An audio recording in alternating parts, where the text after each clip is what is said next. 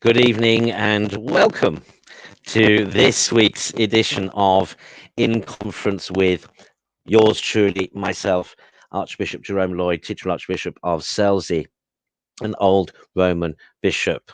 Welcome to this weekly conference with myself. Really, it's just me thinking out loud about things, except that today perhaps we might get into questions at the end of the session, and a slightly different tack this week to preceding weeks.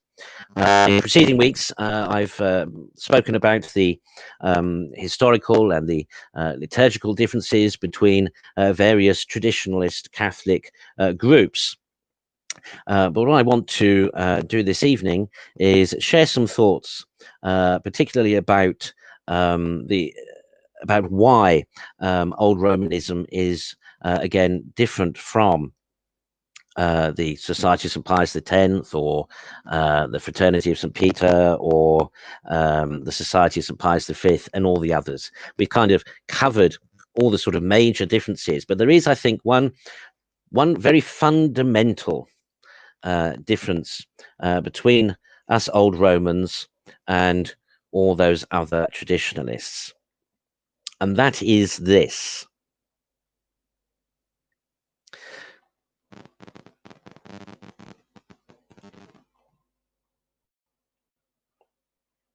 That is this. We as old Romans are primarily concerned with empowering, enabling, and sanctifying the faithful. Primarily, we exist, our mission, our purpose is to serve the people of God.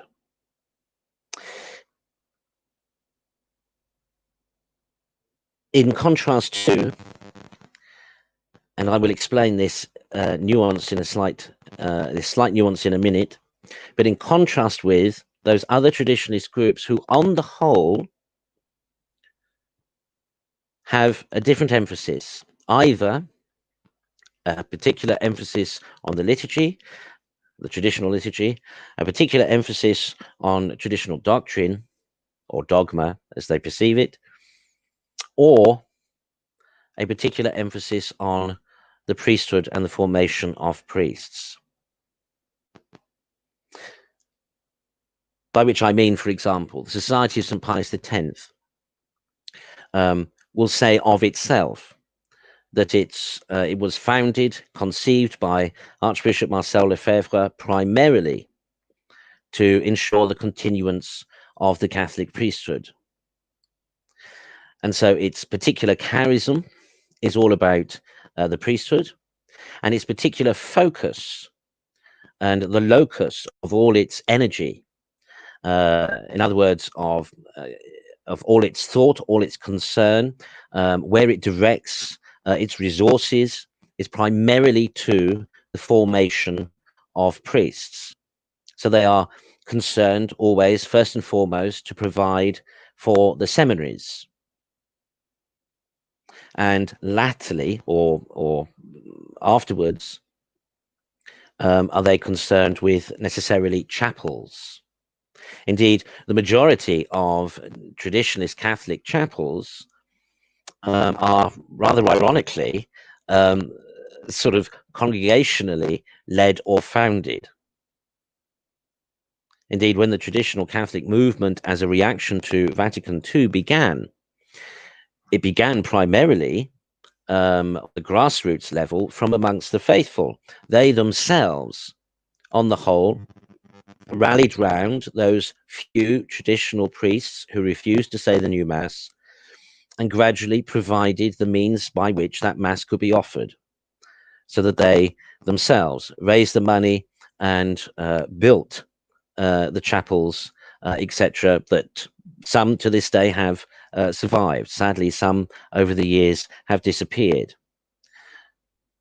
The Society of St. Pius X, and then likewise the Society of St. Pius V, were primarily and solely concerned with the foundation of seminaries and the formation of priests. That was their, and still to some extent remains, their particular focus of their energy. That's where they put all their funds. That's what they're primarily concerned with first and foremost. In more recent years, perhaps the Society has itself begun to purchase chapels here or there itself, but previously it was basically lay faithful who supplied the chapels, and the deal was the Society would supply the priests. That same model, more or less, is true for the Sedevacantists as well. So whether that's the Society of St. Pius V or the Congregation of Mary Immaculate Queen, the CMRI, or whether it's whoever they are, again, primarily their focus is on the formation of priests, and so their charism, their energy, the focus of and the locus of their resources is all in seminaries. And again, it's up to the faithful, as it were, to provide chapels, and they will send priests out to them. With those traditionalist groups within the institutional church, of course, it is slightly different, but only slightly. Well, actually, no, it's not. Frankly, it's the same situation. Basically, the Fraternity of St. Peter, the Institute of Christ the King, Eternal High Priest, and all the others. Again, they are primarily concerned with their seminaries and their houses of formation, and then they are happy to send priests at the invitation of diocesan bishops to institutional parochial churches that those diocesan bishops are happy to have set up primarily for the traditional rite of Mass. But again, the FSSP and so on and so forth, they themselves don't build, don't purchase churches and chapels. It's all kind of laid on for them. It's already there in the institutional church. But again, their whole emphasis is on the formation of priests. The whole focus and locus of their energies and resources is in seminaries. Now, this, I would say, is in stark contrast to old Romans. And that's not because, of course, that we as old Romans don't think that the formation of priests is important. It is very important. It is very important. But we have reached, and we have recognized, and we have been persisting in a crisis in the church for almost 200 years. And for much of that time, we were alone. You know, we were around before Vatican I, let alone Vatican II. People like the Sedevacantists and the Society of St. Pius X and all the rest of it, they didn't exist, hadn't even been thought of. But us old Romans have been making a stand for the tradition and for the Catholic faith all that time, since the beginning of the 19th century. I mean, arguably even before then, we could say, but specifically, distinctly, from the beginning of the 19th century onwards. And at various times, of course, our fortunes have risen and faded away.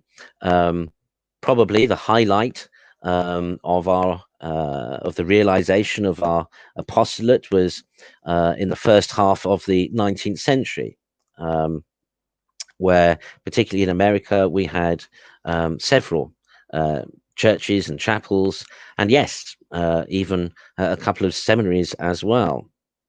But after the 60s and 70s, that all began to fade away and fall away. And yet, I am here, and other bishops and priests, old Romans, are still here. So God has seen fit, under the aegis of the Holy Spirit, to preserve, until now, with nothing really in the way of resources, the continuation of a valid and traditional apostolic succession. And so, arguably then, I'm inclined to suggest that God has that in hand. God has that in hand. Now, as I've said elsewhere,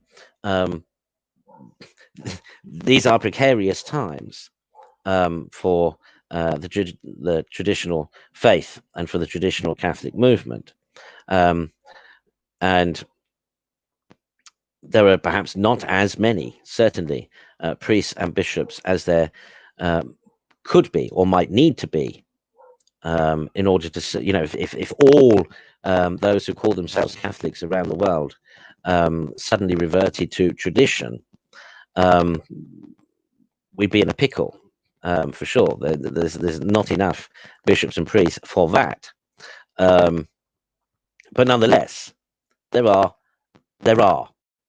exist. We exist. So they are there. And vocations trickle through. So in that sense, that's not such a concern.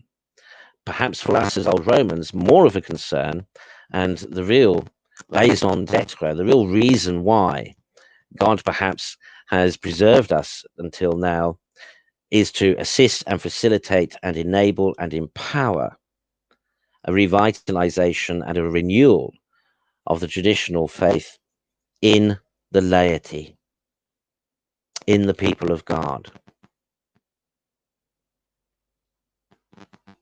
Now, St. John Vianney, the Curé d'Ars, made a very sound observation in his catechism. The priest is not ordained for himself. He is ordained for you.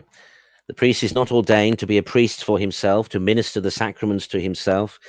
He's ordained to minister to the faithful, to the people.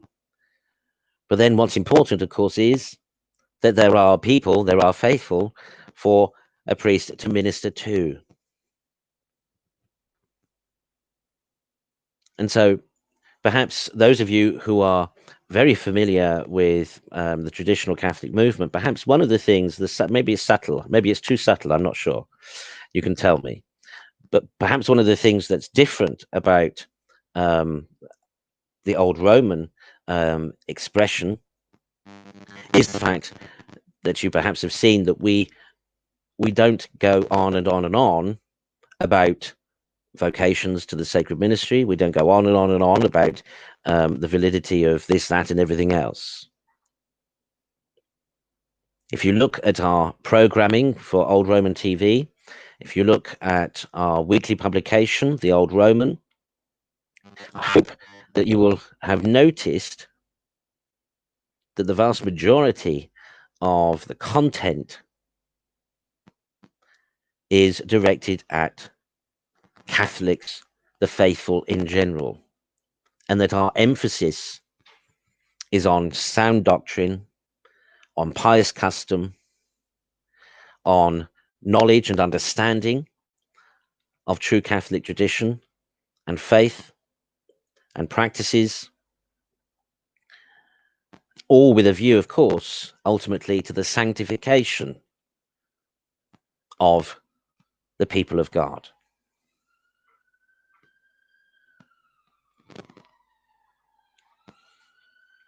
If you look at the Old Roman newsletter, and I hope you're all subscribers, it's published weekly, comes out Friday night or Saturday, contains within it, yes, all sorts of stuff that the clerically minded might be interested in, like the Ordo and sometimes liturgical notes, etc. But also you will find in there several articles about the faith. Also, there will be practical suggestions about how to live the faith, or whether it's videos or articles, but instructional items on, for example, how to pray the Rosary. And again, all the programs, so all these broadcasts like this are archived there. You can play the playlists, and so you can play, the last episode and previous episodes back. And you will notice, I hope you will notice, for example, with Late Night Catechism. In Late Night Catechism, it is catechesis, basic catechesis, that all Orthodox Christian Catholics should know.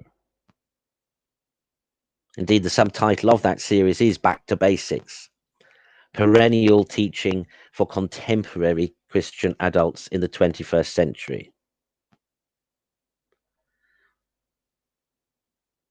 And we do that, why?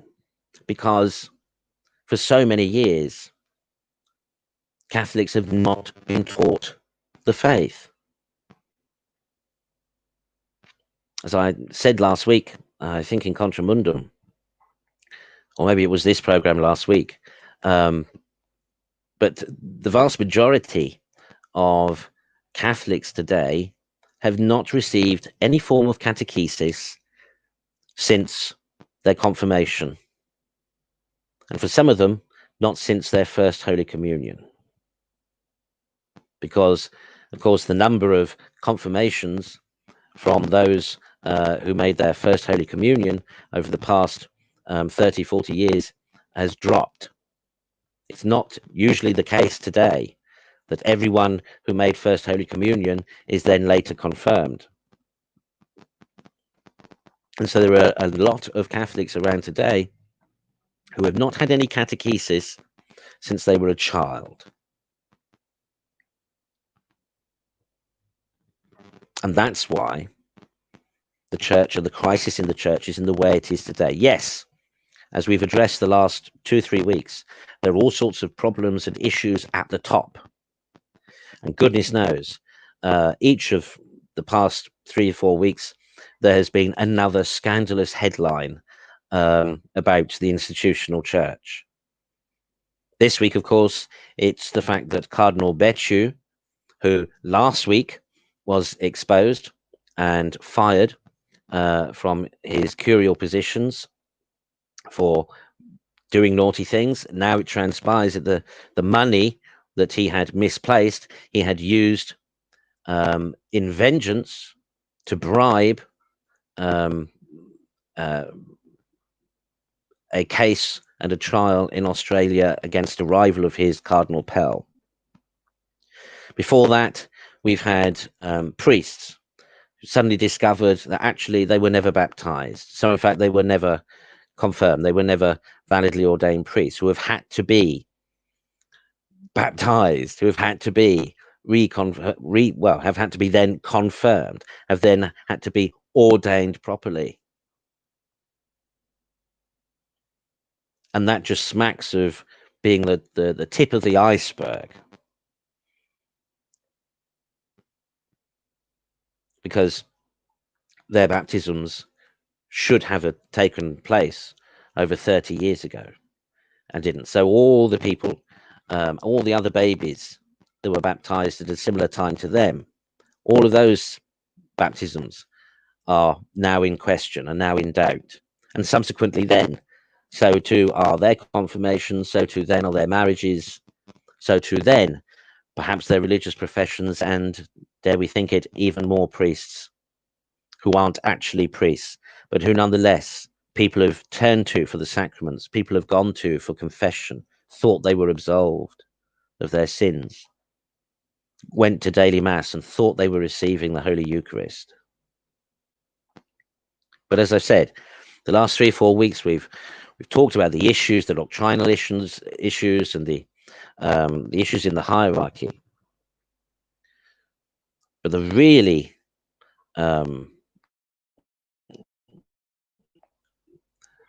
really important thing that needs to be addressed is the condition of the people of God generally. So we can see that they haven't been receiving instruction, they haven't been receiving catechesis. We've already discussed that what catechesis in any doctrine they may receive anyway may be questionable, that any sacraments they receive may be doubtful. And this perhaps explains why so many in Pew surveys and polls express such contrary views or ignorance of basic principles of Catholic doctrine and dogma and Catholic faith and praxis. So that we have somebody like a former vice president running for president who claims to be a Catholic, but promotes policies that are the absolute opposite, the antithesis to what the Church solemnly teaches and believes. For example, the sanctity of life. So as well as there is a crisis at the top, and for sure, as much as that also needs to be addressed, so too there is a real issue generally in those who make up the body of Christ, those who are the people of God, those who are called and supposed to be faithful. And here, the level of crisis is such that the issue is not about whether people are faithful or not to the Church. I mean, that's part of the issue, but that's not the real nub of the question of the problem is of whether or not people are faithful to Jesus Christ, whether or not people are faithful to the gospel, whether indeed people are faithful Christians at all. That's where the real crisis in the Church needs to be addressed today. And so, as I say, Old Roman programming, Old Roman TV, and the Old Roman newsletter every week, focus and the emphasis particularly is on information and content relevant to ordinary Catholics.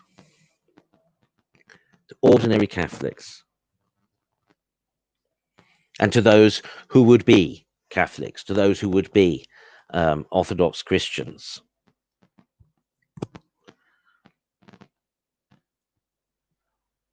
And so the question is then, of course, well, how?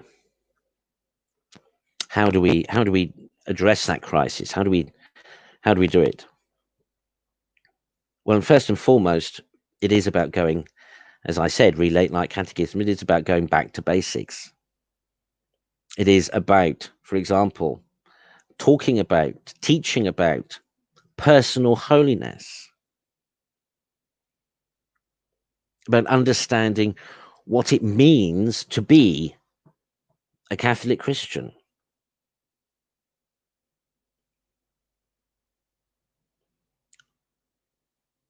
What does it mean to be a disciple of Jesus, to be a follower of Jesus? And that includes, I mean, this is how bad it is. That includes even teaching and understanding as to who Jesus is. Because after so many years of critical theory and progressive this, that, and modernism, so on and so forth, there are those who are so-called licensed theologians today who are absolutely confused about who Jesus is.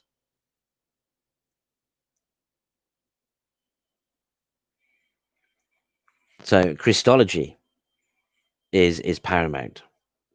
Reteaching people about who Jesus is, so that then they may understand the gospel. The gospel, which is, of course, about love, but primarily is about redemption. You see, a great many, not just Catholics, but a great many Christians today are confused about what redemption is and means, of the necessity to be redeemed, to be saved. People don't understand, it seems, what sin is. We live in our contemporary society with so many contradictory ideas and behaviors and attitudes, etc. People are generally confused about what is right and what is wrong. And part of the issue there is because they have learnt to suppress and learnt to ignore the natural law, let alone the lessons of divine revelation, let alone what Scripture itself teaches us. Such is the level of crisis, such is the level of the problem. It really is this fundamental. It really is this much of a problem.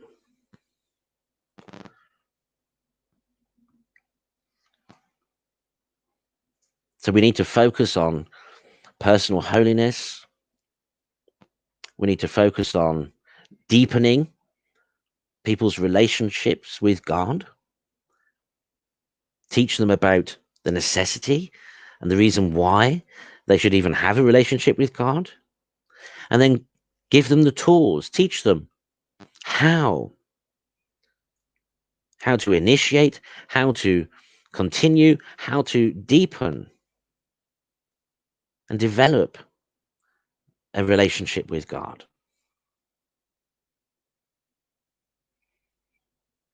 We need to teach people again about prayer, about why we pray, how to pray, what it's appropriate to pray for. We need to teach people again about prayer as a spiritual conversation, that it's a two-way process. So we need to teach people how to listen, how to recognize when God is answering them or when God is calling them. Those of you perhaps who have watched my series on vocational discernment and discerning God's will, you know, it's very kind of primary, basic stuff, but it's fundamental, because if you don't get that right, then the rest of it doesn't make sense. You know, we remember the parable, the chap who built his house on sand.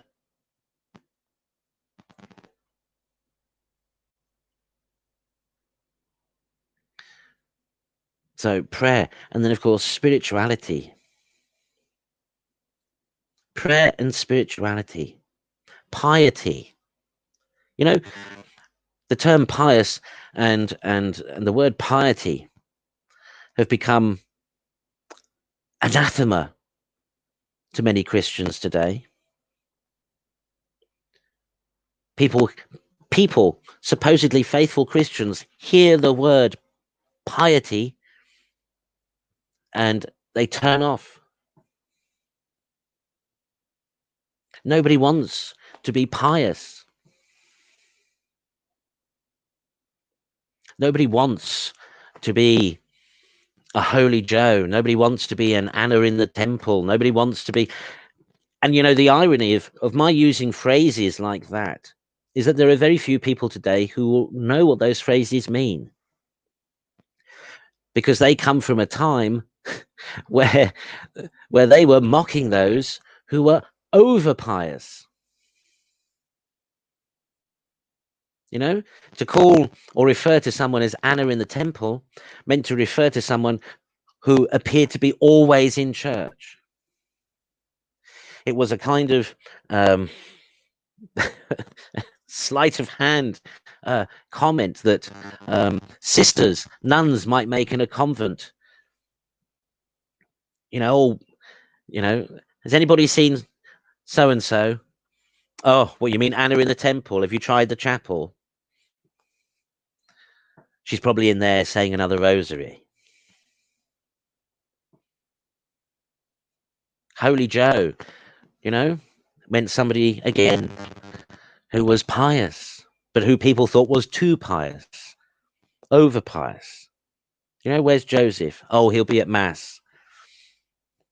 And that'll be his third or fourth Mass today. You know, that comes from the time when, time when in some parish churches there would be more than one daily Mass, because you'd have more than one priest serving that church, and each of them would say a daily Mass each. There was a wonderful photograph on Facebook a couple of years back, taken from a newsletter advert or a magazine advert for some local neighborhood rag somewhere in New York, advertising the masses, and I forget the particular. The church is still there, and if memory serves, I think it was run by Franciscans. I think it was staffed by Franciscans, and of course there would have been a school and everything as well. But literally, they were advertising masses from 2:30 in the morning all the way through to lunchtime. A mass every half hour, or every hour, every half hour or an hour, something like that, from 2:30 in the morning all the way through to lunchtime. Now, on the one hand, of course, if they had that number of priests in those days, it was the custom for priests to offer a private mass, if not a public mass, every day. So they may well have had enough of those priests. I mean, likewise, the confessional times. There were, I think, 2 or 3 confessional times, or 2 or 3 times of the day. And I think the first confessional time was from 2 o'clock in the morning. And this is why priests in the old days, used to talk about doing shifts in the confessional. It would be nothing for a priest to spend 4 hours as a shift in a confessional, in a city parish church, listening to confessions one after the other. You see, those days have gone. But why have those days gone? It's not because Catholics are more holy today than they were then. It's not because they're committing less sins today than they were then. And it's not because there are less Catholics today than there were then, because actually, numerically speaking, there are more Catholics today than there were then, even in the 50s. The difference is, the contrast is, there were much more vocations being realized in those days than now.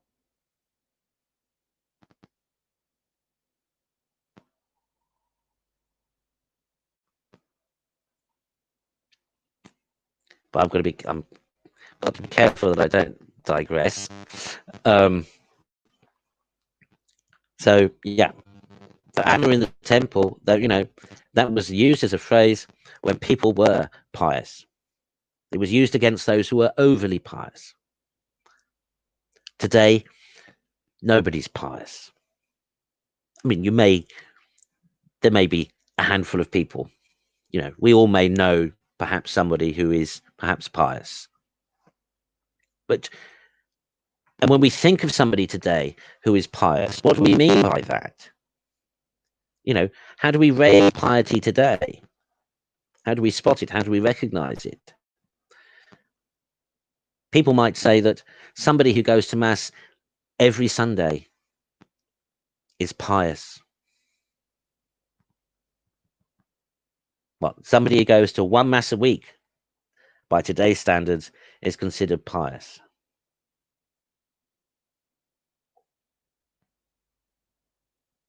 In the old days, of course, people, if they could, would go and hear daily Mass. All those Masses that those Franciscans were advertising, they weren't all communicating Masses. Catholics were quite happy in the old days to go and hear Mass. And that's still the canonical requirement. We are still only obligated twice a year to make Holy Communion, Easter and Christmas.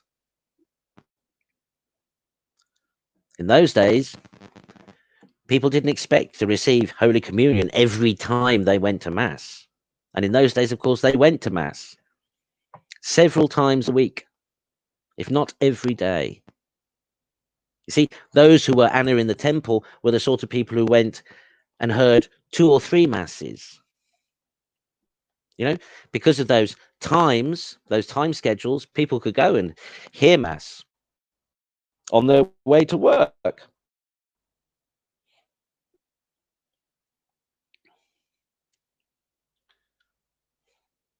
If you wanted to, if you got up early enough, you could go and hear 2 or 3 Masses before heading for the office at 8 o'clock to get in for 9.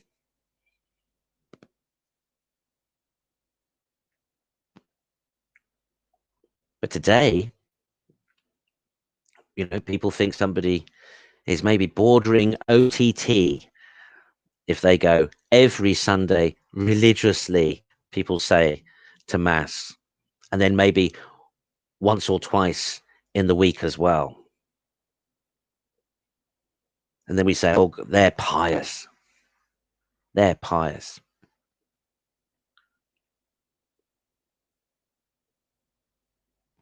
Whereas piety really is strictly speaking, is about somebody's attitude in the way they live their life. Piety in the old days went hand in hand with holy fear. And as I've said many times before, holy fear does not mean to live frightened of God. Holy fear rather meant to live aware of God. And you see, if you're living aware of God, in other words, you are consciously aware of God's presence all the time, then you're more likely to be pious because you're more likely to converse with him more often in any given day. You're more likely, if you're aware of God, to be yourself aware of your own actions, of your own behavior, of your own attitudes. So you're more likely probably to turn to him in prayer.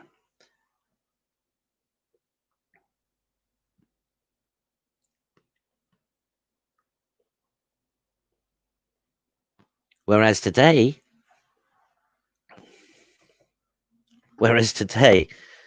people always say, I haven't got time, Father. I haven't got time, Father. By the time I've done this, by the time I've done that, and by the time there isn't, or there aren't enough hours in the day. There are very few people for whom that might be true. Very few.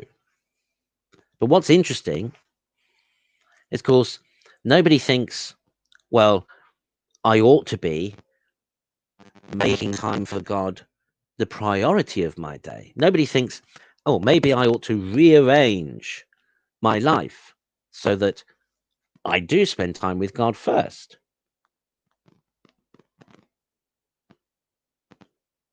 I suppose we might say that is the difference between somebody who is pious and somebody who is not, between somebody who is living in holy fear, meaning aware of God, and somebody who is not.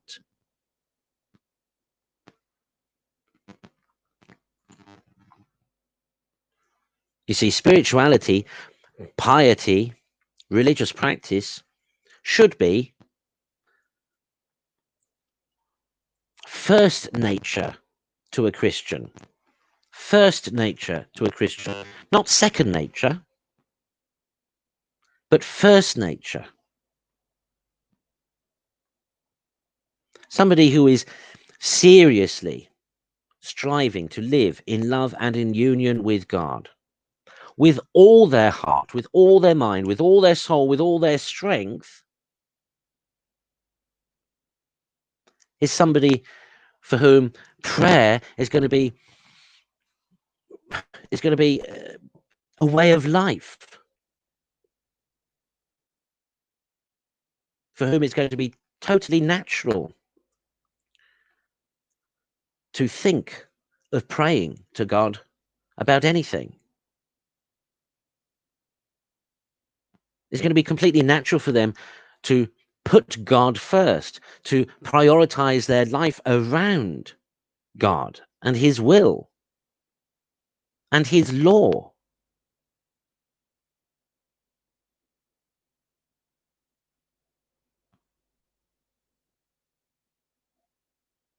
I mean, that's what the gospel teaches. That's what the gospel commands, isn't it?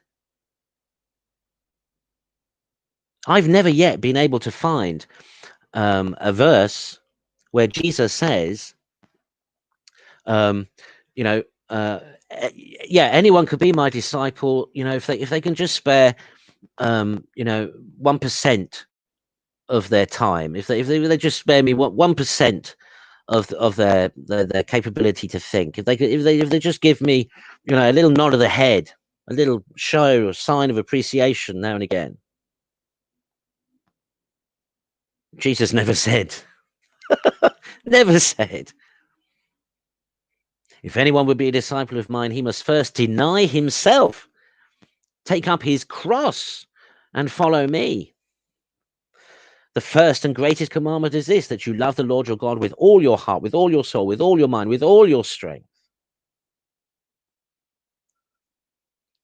If anyone loves father or mother, husband or wife, son or daughter or land more than me, they cannot be my disciple. Jesus is unequivocal.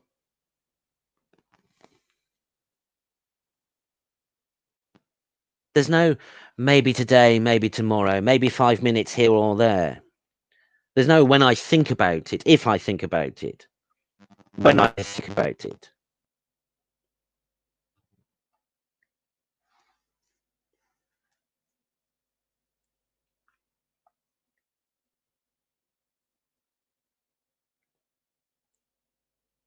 thinking about God should not be a second thought to any Christian of any stripe.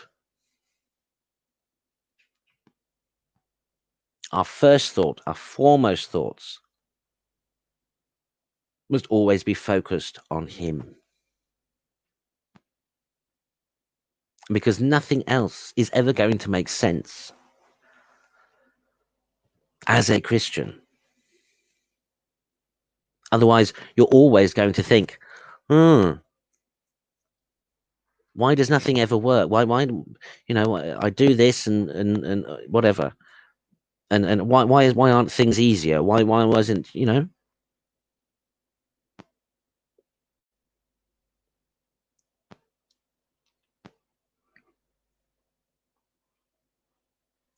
This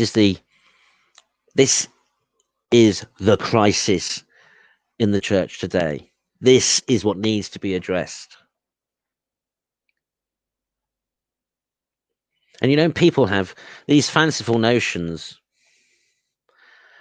that they'll think, they'll say, oh, well, it was easier in the olden days for people, to just up sticks.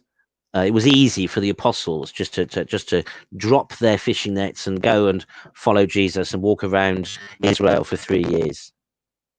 What on earth? What on earth? What on earth makes you think that?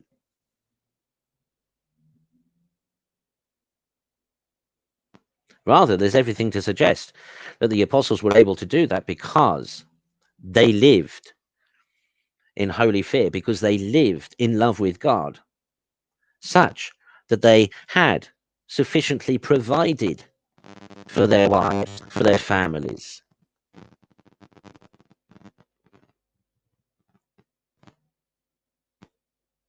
I mean, it's quite clear that after Jesus' death, when Peter talks about returning back to Galilee and talking about going back to fishing, obviously he thinks there's a business there he's still got.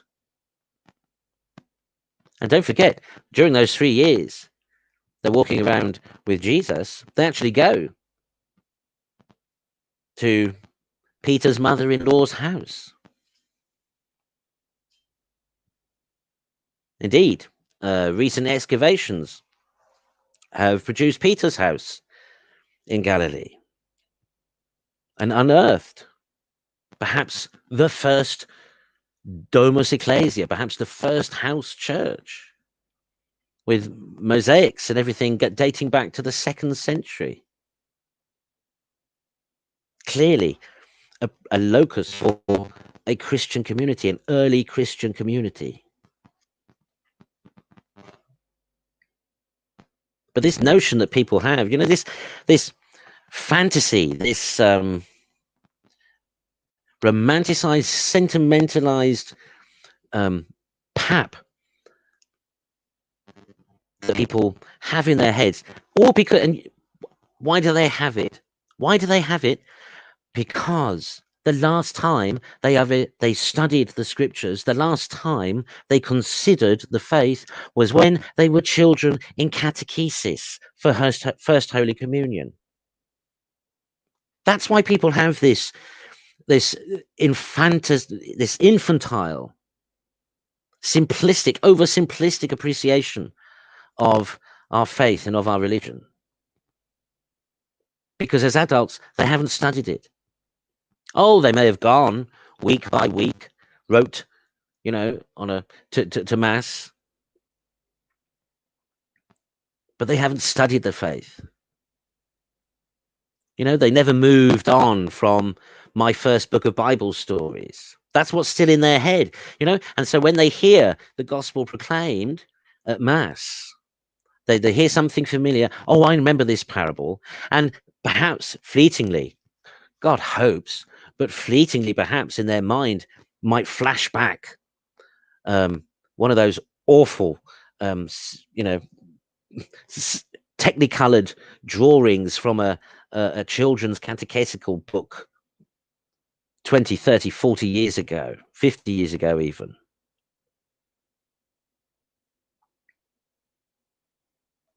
You know, it's like at Christmas. You know, we say about Christmas cards. Christmas cards don't portray the reality of what the first Christmas was like.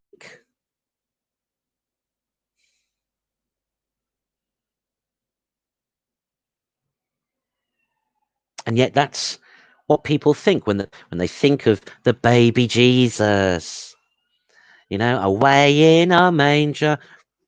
They've never moved on from that.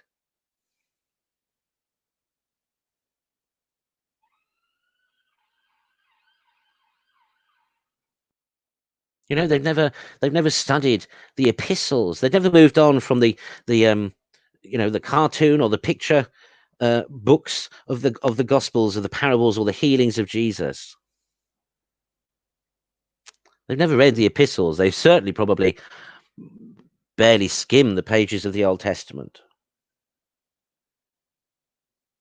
So it means nothing to them in Holy Week when suddenly the liturgy, I mean the traditional liturgy anyway, is suddenly full of the remembrance of messianic prophecies.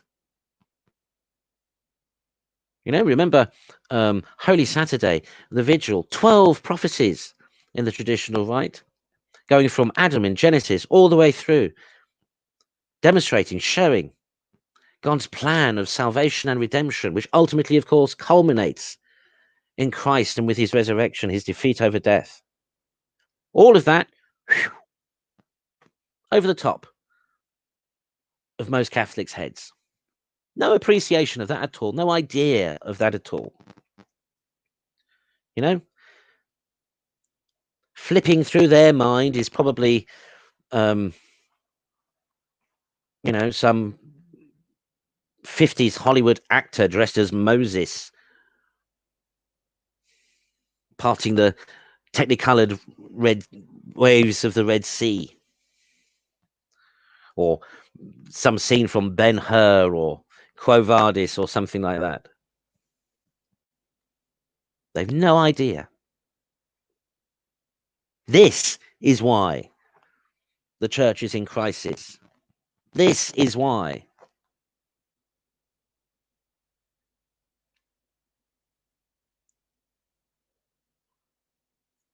Because people don't know the faith. People don't know the faith. And the sad thing is, of course, if they do venture into the world of contemporary theology and even catechesis,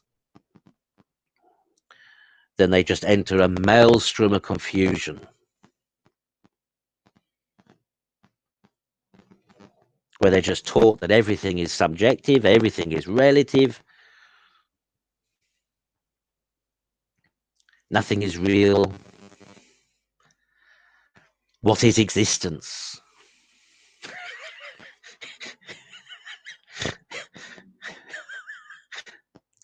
And again, they get nothing that's more difficult than maybe a confirmation class level of catechesis. Have you ever looked at the syllabus or the study materials for RCIA, which is the Contemporary Rite of Initiation of Christian Adults? So in other words, adult converts to the institutional church. Honestly, it's mind-numbing. Nothing in there to challenge. Nothing in there to threaten one's modernist contemporary zeitgeist. All the classes are, you know, general chit-chat discussions. The number of people, ironically, of course, the number of, for example, sound Anglo-Catholics who have gone over through the RCIA program, who have had to sit through banal group discussions, who have, you know, who have been even humiliated by a so-called catechist when they've tried to explain to the class that, no, seriously, there is a difference between mortal and venial sin. And the catechist is saying, oh, we don't bother with that anymore. Nobody talks about that anymore. You know, nobody talks about mortal and venial sin anymore. Nobody talks about holy days of obligation anymore.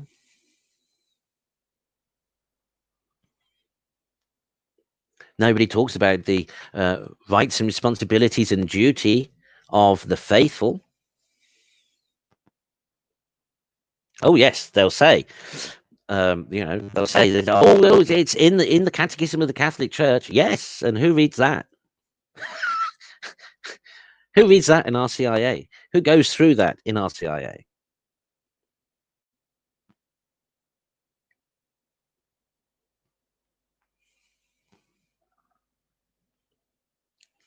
This is the situation. This is the situation. And again, hopefully you've noticed in our program content, in our newsletter content, that old Romans, we have no problem talking about the saints.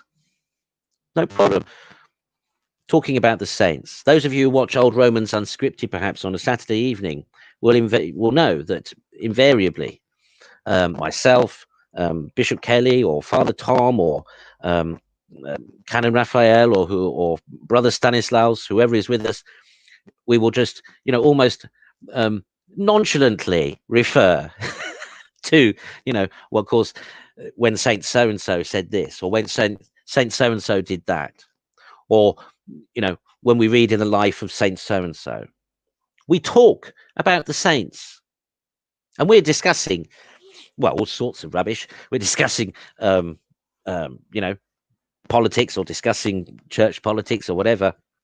And yet, in our discourse, it's quite natural for us to talk about the saints, to refer to the saints, to be able to give anecdotes about the saints. Who else talks about the saints today? Those of you who perhaps watch my daily mass will know that the first third of my homily will basically be a potted biography of whichever saint whose day and feast it is that we're commemorating in the mass. The number of people who have often commented and said to me, "Oh, Father, you know, it's you know, it's amazing you know all this," and blah blah blah. Well, actually, do you know what?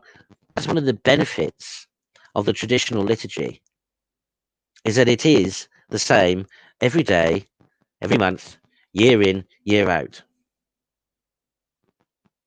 And after so many years, it's going to stick. It's going to stick. I mean, to use that wonderful phrase that Father Thomas did a couple of weeks ago, even a blind squirrel finds a nut occasionally.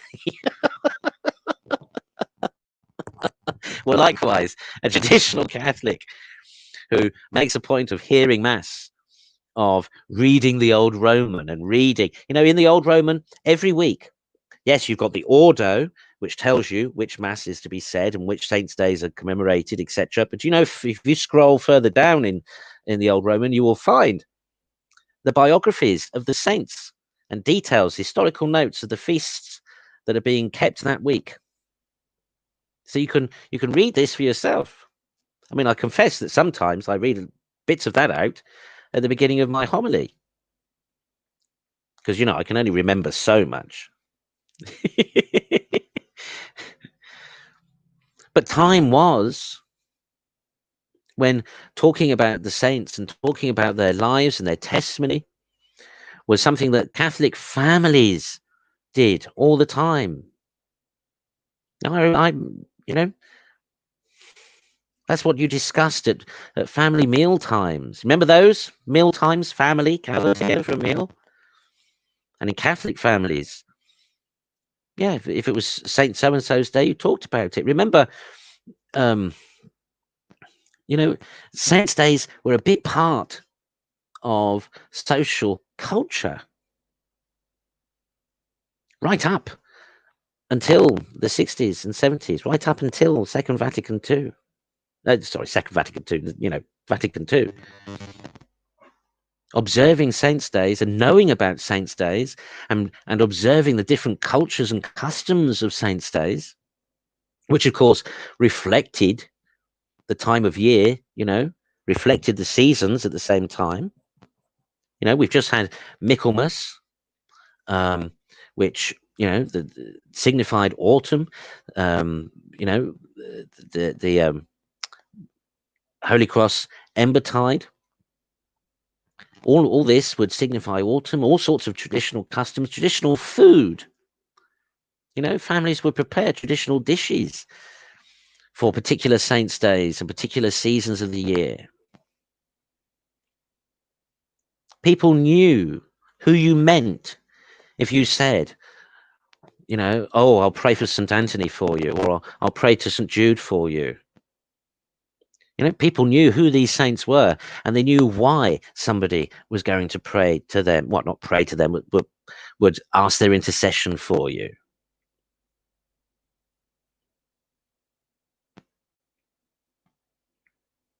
St. Jude, the patron saint of lost causes. Everybody knew that sort of thing. And nobody thought it weird. Nobody thought it strange to casually drop the name of a patron saint in the middle of a conversation about ordinary things in life.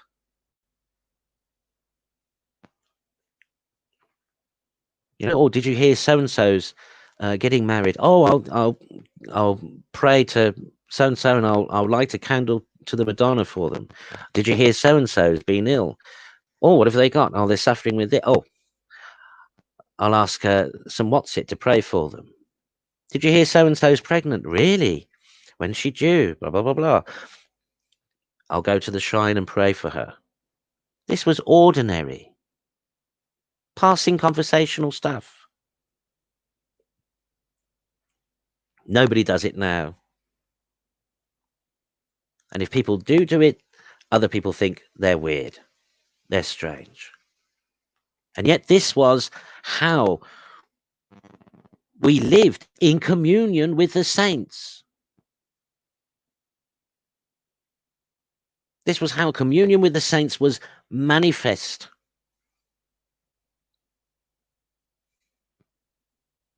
We conversed with the saints on a regular basis. One of the joys of visiting a place like Sevilla in Spain, where they still have lots of open chapels and churches all around the city, which are still held very precious to the locals. And you will see, if you sit in a cafe perhaps, or sit on the pavement drinking coffee, all day, from doors opening till doors closing. In fact, I'm not even sure if I ever saw doors closed. You will see local people just going about their ordinary business, and of all ages, and they will just pop in. They'll duck into the church, and maybe it's a minute, maybe 2 minutes, maybe 5 minutes. 10 minutes later, they reappear and carry on with their day. It's nothing to hear of young men in their late teens or early 20s saying casually in a bar or in a coffee shop, I'll be back in a minute. I've just got to visit my Madonna. Meaning, I've just got to pop to the chapel. and speak to Our Lady. And that's because in Sevilla, they still have, of course, the Semana Santa processions. So they still have the guilds that go with the chapels. And they still consider it a very great honor to play in the band or to be one of the men underneath the floats that carry the floats on their shoulders. That all still means something. It's not considered weird. It's not considered OTT. It's not considered overly pious.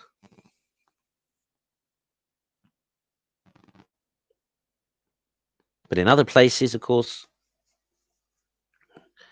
that kind of culture is disappearing. This is what needs to come back. This is what we as old Romans, if we are about anything, we're about this, about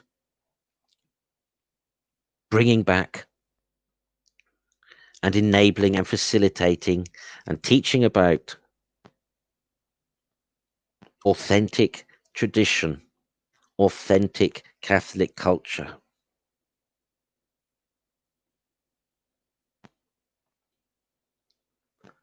But for this, as it were, you don't need priests.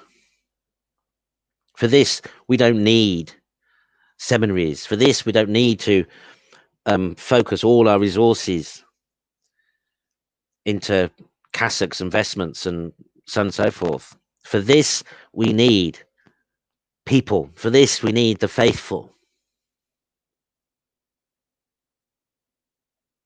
For this, we need to establish the people of God so that we can serve them, so that we can provide them with the sacraments, so that we can enable them to receive God's grace.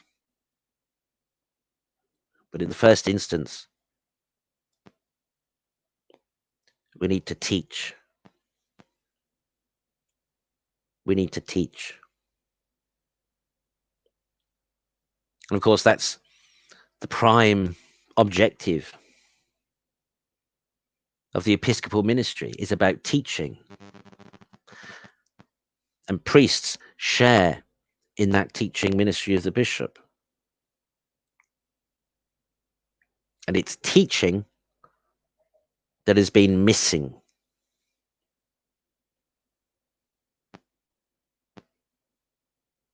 And so that's what we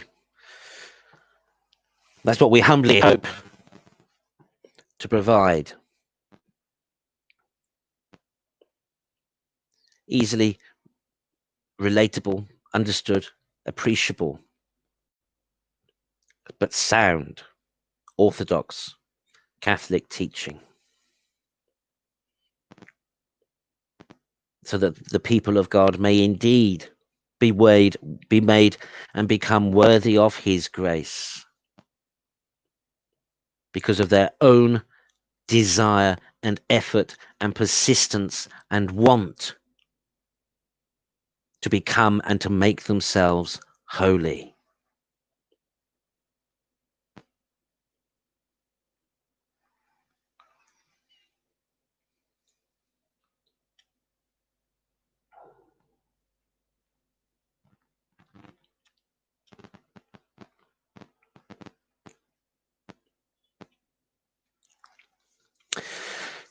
Well, that, my friends, was what I wanted to get off my chest this week. I hope it has perhaps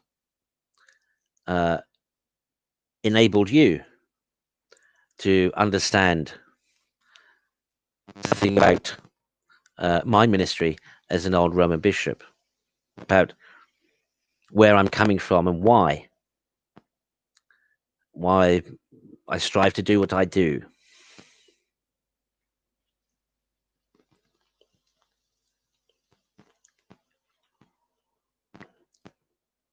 And I hope that perhaps this will encourage you to continue to watch the catechetical content that we produce and will be producing, and perhaps in a more pointed form. I hope you might go now, if you're not already, and subscribe to the Old Roman, so you can receive it free. It's free, comes in the email every week, so that you can learn for yourself and inculcate and begin yourself to live a truly Catholic Christian life.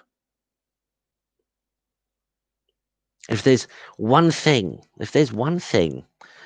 that even the most worldly of people can appreciate, it is beauty in culture. And we have such beauty in our Catholic culture and customs and traditions. And so we endeavor to do what we can to try and make those known to you and introduce them to you. But at the end of the day, actually, the onus is on you to embrace them and to live them and to realize the conversion of your lives as Orthodox, authentic Catholic Christians by living and manifesting the faith again in your lives, in your ordinary lives. There is no such thing, my brothers. Nobody's life is ordinary. Nobody who lives in love and in union with God. Nobody who is striving to live in love and in union with God. Not for those for whom with God nothing is impossible. As the apostle elsewhere says, for if God is for us, who can be against?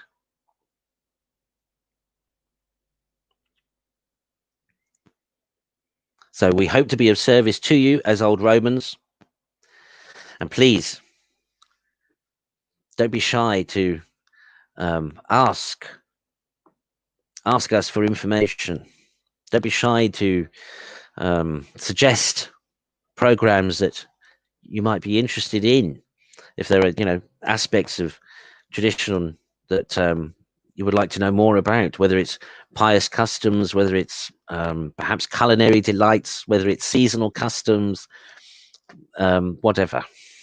We're only, too happy to try and facilitate as best we may.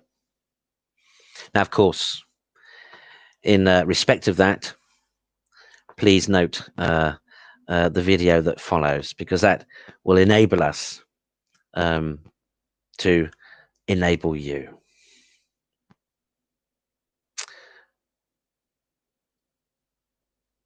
In Jesus, Mary and Joseph, may God bless you, and thank you for watching, and we'll see you soon.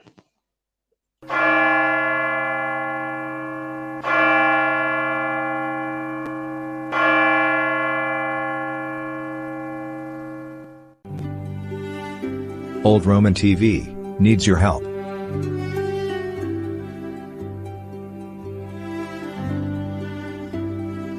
So that as many people as possible can find us.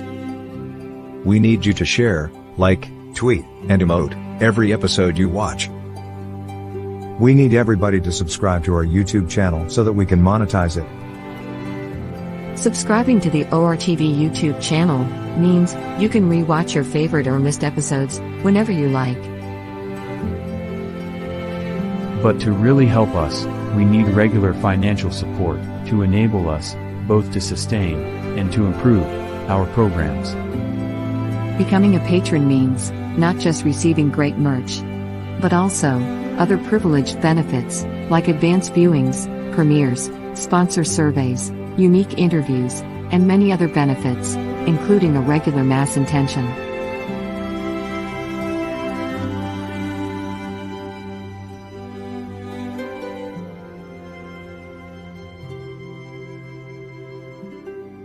Old Roman TV.